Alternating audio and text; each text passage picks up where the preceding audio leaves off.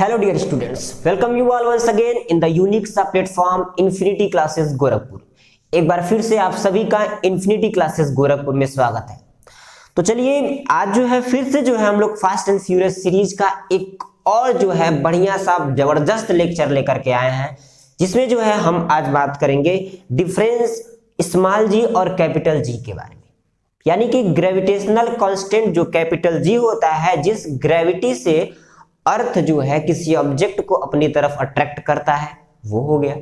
और दूसरी तरफ बात करें जो स्मॉल जी होता है, कोई भी ऑब्जेक्ट जिस एक्सेलरेशन के साथ अर्थ के तरफ नीचे आता हुआ दिखाई देता है, आता हुआ प्रतीत होता है, उस स्मॉल जी की बात करेंगे।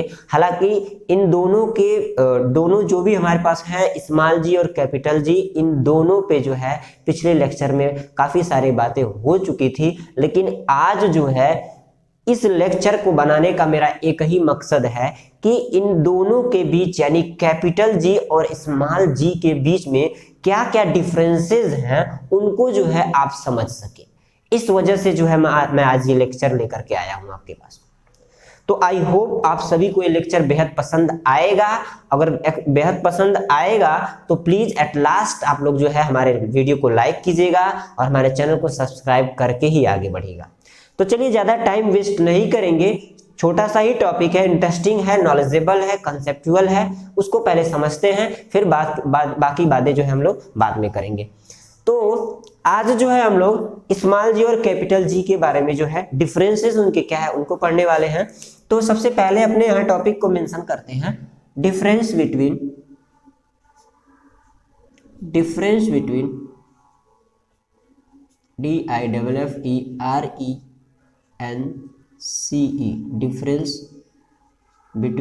BETWEEN,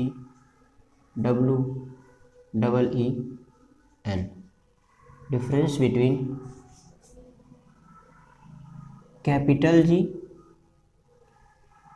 and small G.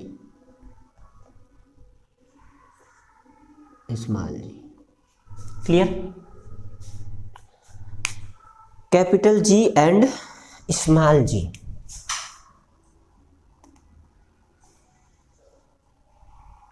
Difference between capital G and small G. तो एक काम करते हैं, एक साइड में कैपिटल जी को और एक दूसरे साइड में स्मॉल जी को, इस तरह से अगर कंपेयर करेंगे तो डिफरेंसेस आई थिंक ज़्यादा अच्छे से समझ में आएंगे। तो यहाँ लिख लेते हैं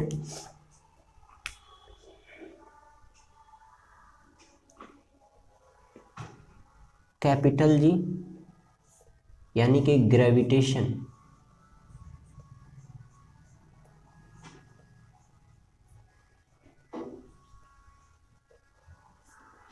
और एक साइड कर लेते हैं small g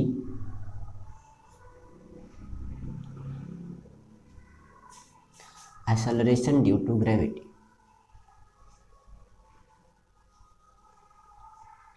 acceleration due to gravity. Clear? ऐसे जो है समझना आई थिंक ज्यादा अच्छा होगा। आइए आगे बढ़ते हैं।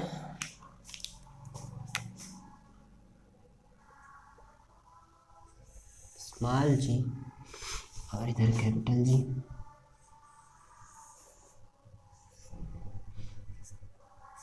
ठीक, सबसे पहले जो है स्टेटमेंट में ही डिफरेंस आपको नजर आएगा। जो सबसे पहला डिफरेंस होगा हमारा वो होगा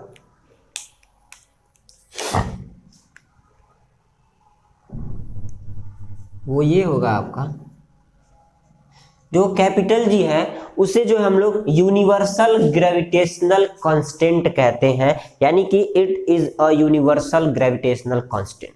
ठीक है, तो सबसे पहला जो पॉइंट हमारे लिए होगा डिफरेंस के तौर पे वो यही होगा कि कैपिटल जी है वो क्या है हमारा, it is a universal gravitational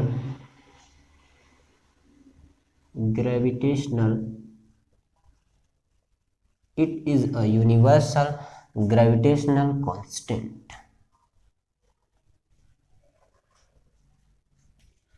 और स्मॉल जी की बात करें तो वो क्या है, तो वो है आपका it is a acceleration due to gravity, acceleration due to gravity।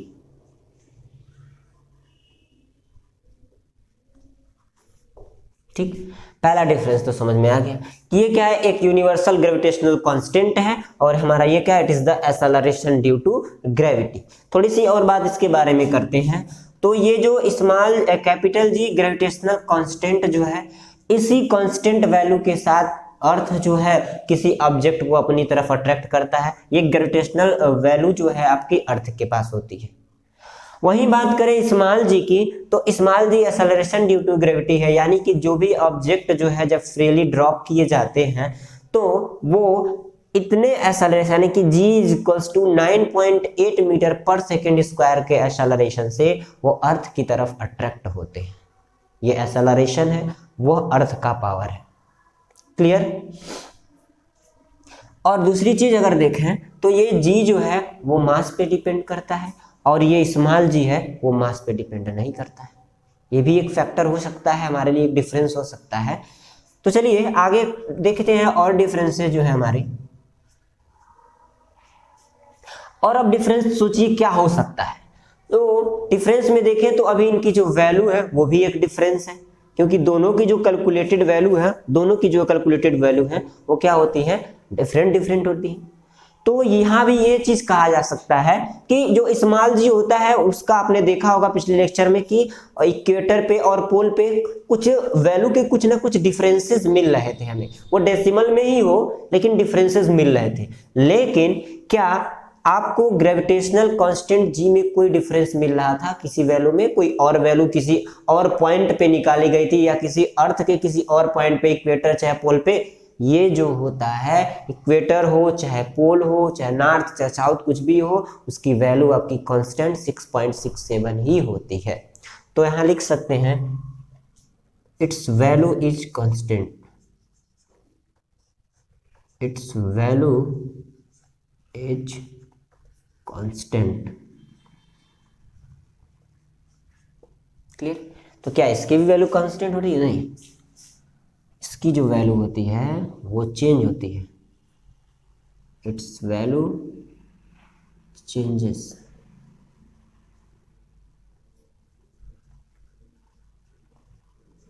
इसकी जो वैल्यू होती है वो बदलती रहती है। फिर आगे बढ़ते हैं तीसरा पॉइंट। तीसरा पॉइंट ये होगा कि ये जो g ग्रेविटेशनल कांस्टेंट होता है वह एक स्केलर क्वांटिटी होता है और जो हमारा स्मॉल g होता है वह एक वेक्टर क्वांटिटी होता है। और मैंने स्केलर और वेक्टर क्वांटिटी थोड़ा बहुत डिस्कशन किया है, अगर नहीं आपको समझ में आया है तो आप हायर क्लासेस में जाएंगे तो स्केलर और वेक्टर समझ में आ जाएगा। वैसे स्केलर होता है जिसमें केवल क्या हो, हमारा मैग्नीट्यूड होता है, कोई कांस्टेंट वैल्यू होती है। लेकिन जो इस वेक्टर क्वांटिटीज होती हैं उनमें वैल्यूज यानी क्वांटिटीज या कह सकते हैं मैग्नीट्यूड के साथ साथ डायरेक्शन भी होता है। तो यहाँ हम लोग लिख सकते हैं तीसरा पॉइंट जो है, it is a scalar quantity, it is a SCALAR scalar quantity, QUANTITY। लेकिन ये क्या होगा, ये हमारा लिख सकते हैं it is a vector quantity, it is a vector quantity.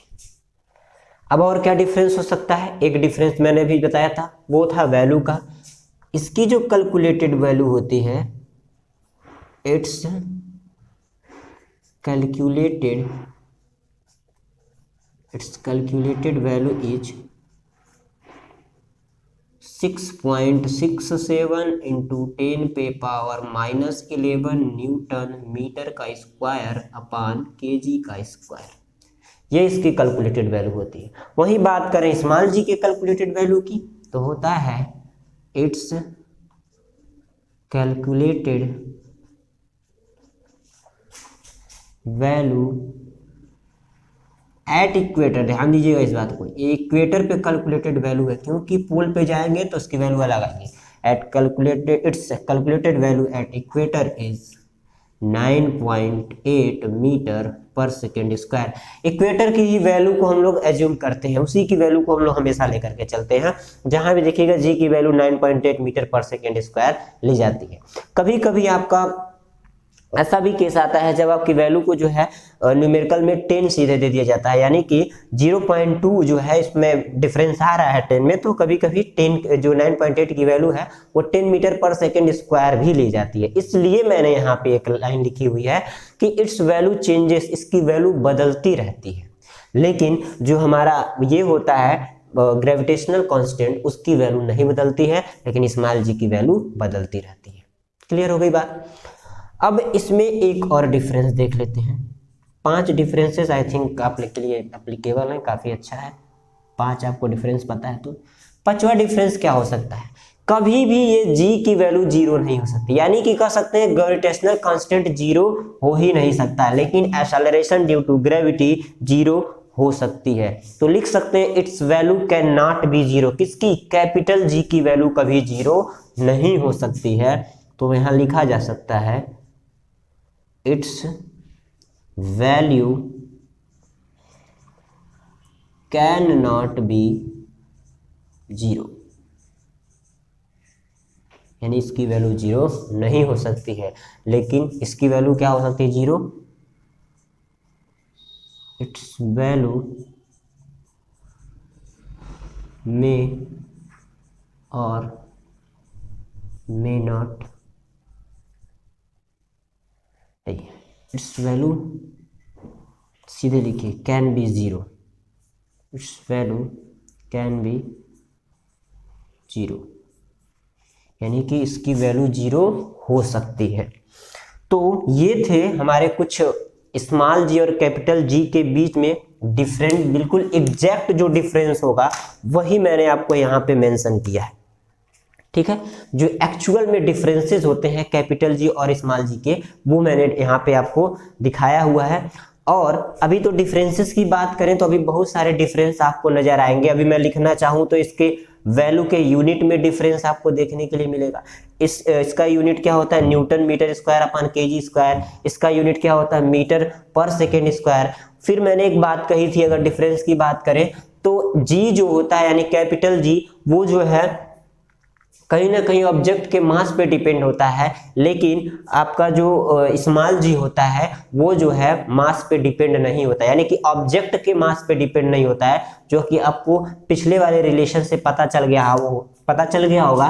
जैसे मान लीजिए मैं यहाँ लिख भी देता हूँ, small g is equals to capital G into mass of earth upon radius का स्क्वायर। यही वो रिलेशन है, ठीक है, यही वो रिलेशन है। तो देखिए कहीं भी जो है जी की वैल्यू आपको मास ऑफ ऑब्जेक्ट, यानी कि जो दूसरा ऑब्जेक्ट आपने लिया है उस पर डिपेंड नहीं करता है, तो ये भी एक डिफरेंस हो सकता है। लेकिन जो ये जी होता है उसके लिए आपको फार्मूला याद होगा, ऐसे था F equal to G m1 into m2 upon r का स्क्वायर होता है।